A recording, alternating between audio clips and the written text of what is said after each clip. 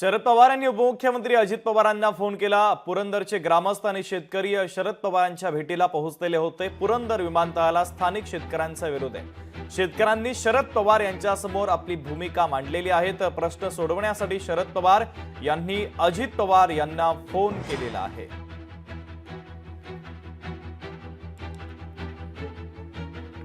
हाच विमानतळाचा प्रश्न 18 साली उपस्थित केला होता। 18 साली एक्सपर्टचा रिपोर्ट विरुद्ध होता की इथे विमानतळ फिजिबल नाही आणि म्हणून ते त्यावेळेस विमानतळ पवार साहेबांनी डिफेन्स मिनिस्टरला सांगून तो रद्द केला होता।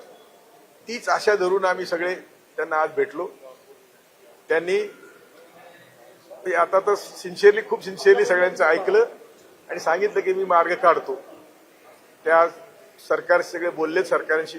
मुख्यमंत्र्याला फोन लावला पण मुख्यमंत्री नव्हते, डेप्युटी सीएमशी ते बोललेत आणि हे सगळे मीटिंग करून आपण याच्यात फायनल निर्णय घेतला म्हणजे असं सांगितलं। त्यामुळे सध्या तरी आम्हाला ज्याला आपण म्हणतो की विश्रांती आहे की आधार दिलाय।